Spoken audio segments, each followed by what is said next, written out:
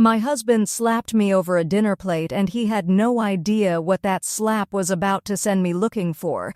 3 days into the marriage, and my signature was already sitting on a debt I never agreed to. I'm Marin, 31, and I used to think a man who noticed the small stuff was a safe bet.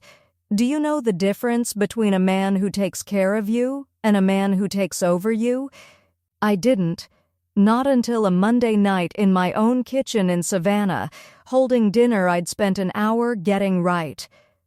Rewind 3 days. Grant Whitfield and I married under oak trees, strung with lights, my mother sobbing through every vow. Grant's father, Roland, built a regional trucking company out of one used van decades ago. And his wedding toast oddly praised Grant for finally getting his house in order. Strange thing to say at a wedding. I smiled and let it slide. I told myself every new family has friction, and friction fades. Have you ever talked yourself into calm you hadn't actually earned yet? 2 days before the wedding, I'd started a marketing role downtown, my first paycheck, under a new last name. For one morning, badge clipped to my blazer, I felt like plain old Marin again, no title, no new last name, just me. That feeling didn't last the week. Grant's sister, Paige, had been camped in our guest room for nearly a year before I moved in, something Grant brushed off as a tough stretch for her. I sat across from Paige 3 separate times before the wedding, and each time she sized me up like she was checking for cracks in a second-hand appliance. Some families don't hand you a welcome mat, they hand you an inspection form.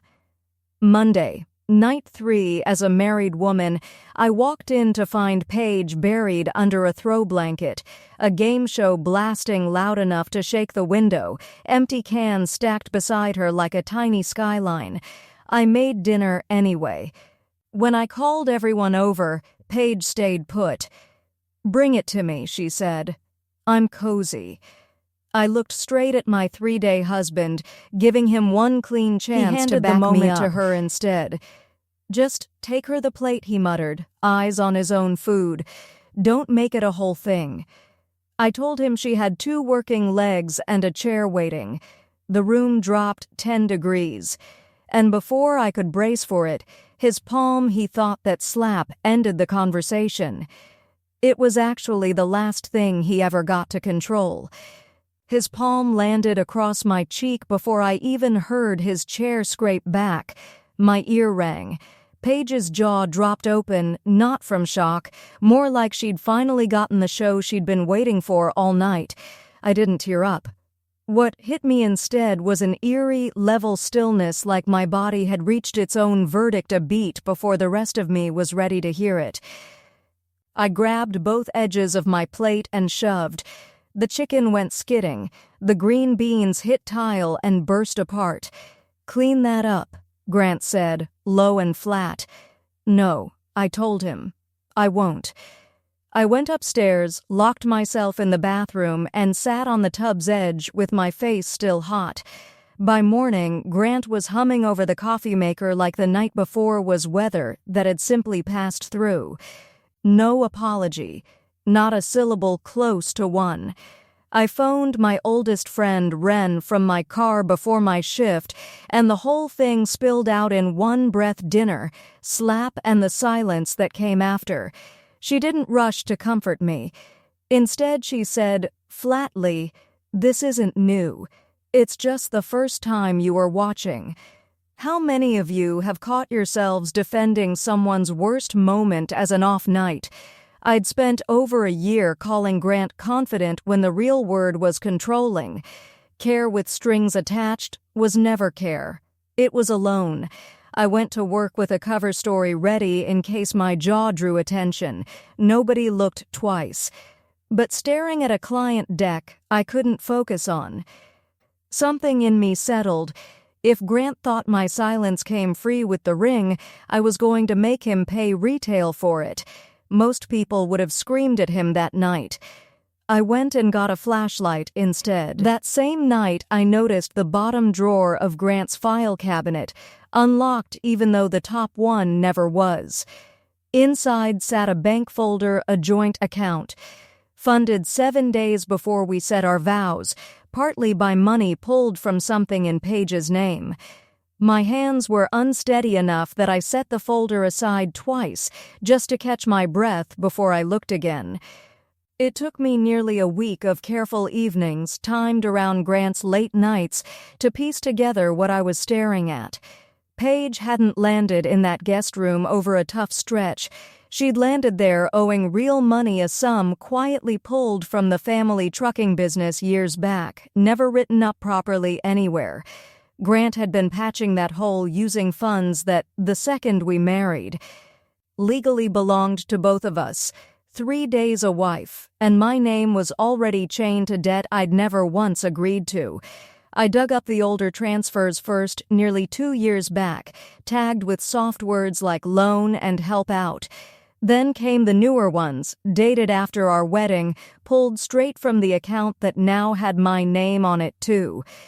Around this time, Paige got bolder with me, half bragging about how Grant always smoothed things over for her, and how their father was happier not knowing the specifics.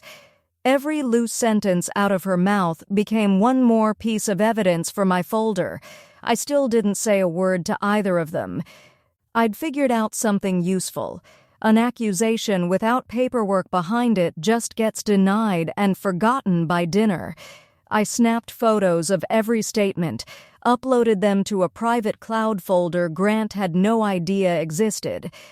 Then, I quietly reached out to a divorce attorney named Dana Voss, a name passed to me by a coworker who'd survived her own messy split. We met for the first time on my lunch hour, blinds half shut against the glare. I slid the folder across like I owed her an explanation for even needing one. Dana wasn't having any of my hedging. Once I finished, she capped her pen and said, "People don't always marry someone. Sometimes they marry an excuse. The real choice," she told me, was whether I wanted to keep carrying it or set it down for good.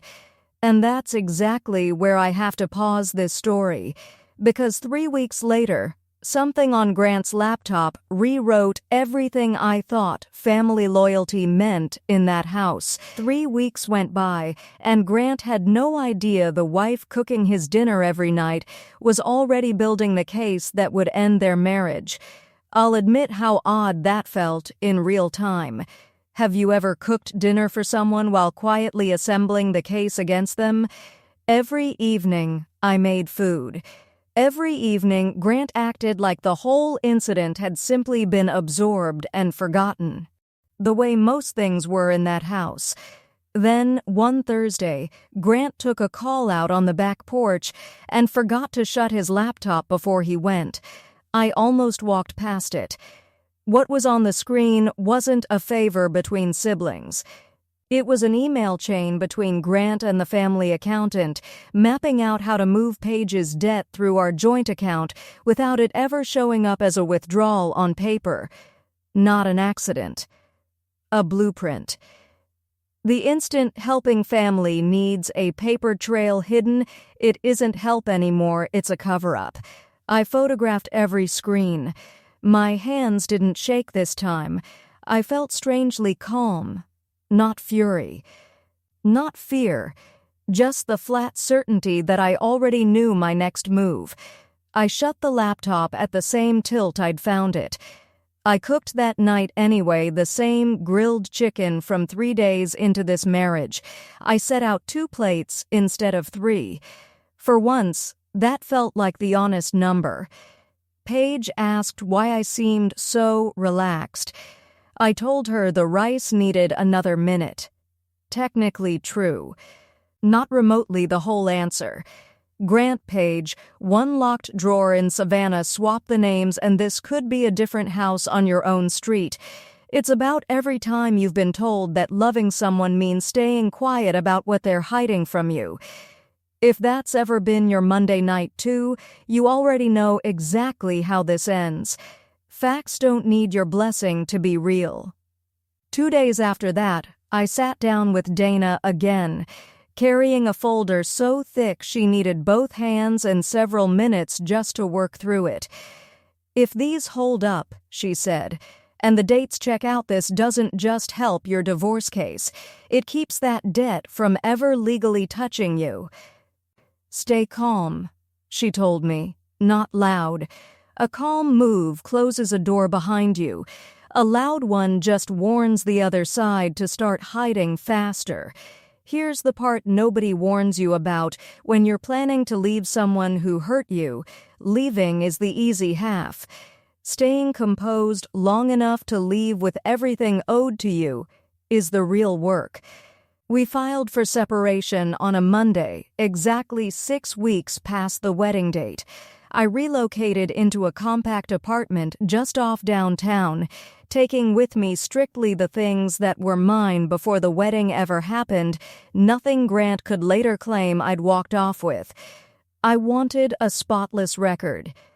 Grant's first move was calling the whole thing an overreaction. He labeled Paige's debt a family issue, insisting it existed in a separate world from anything between us, ignoring the small detail that my legal signature said otherwise now. What do you call a secret that only stays quiet until somebody else's name lands on the bill? Paperwork doesn't soften for anyone's tone once the transfer records entered the legal filings. They stopped being just our business. Dana was required to share them with opposing counsel.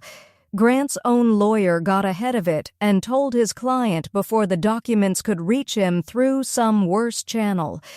Eventually, it reached Roland. Grant's father, 30 years into building that trucking company, was furious to learn company money had been rerouted behind his back so Grant could quietly bail his sister out. He launched an internal audit within the week. My divorce filing turned inside of 2 months into a full company review Grant never expected and couldn't stop. I didn't plan that outcome. I just stopped shielding the silence that had let it all keep running. The mediation wasn't the kind of scene people picture from movies. No yelling, no dramatic moment in a courtroom. Just a quiet conference room, paperwork thick enough to fill 2 binders, and Grant's own lawyer murmuring through the wall that pushing back on the terms would only draw sharper eyes toward exactly where that money had gone. Grant said nothing back. His lawyer didn't either. 2 grown men, out of arguments, in a room built for paperwork instead of pride. The whole session ran under 40 minutes. I spoke maybe a dozen words the entire time. The documents carried the rest of the argument for me. I walked away with enough to actually start over a security deposit on a new place, a car titled fully in my name, and written confirmation that Paige's debt would never legally attach to me, filed with the court, permanently, so it couldn't quietly reappear years later. I didn't want revenge. I wanted proof. Roland reached out about 3 weeks after the audit closed, and for a second I almost said no. We ended up at a diner halfway between his office and my new apartment, neutral ground, his idea, not mine. Curiosity beat out reluctance. He looked years older than he had at the wedding, both hands wrapped around a coffee cup he never once drank from. He told me he'd spent 30 years assuming loyalty in his family meant honesty too, and that somewhere along the way he'd stopped checking whether that was still true.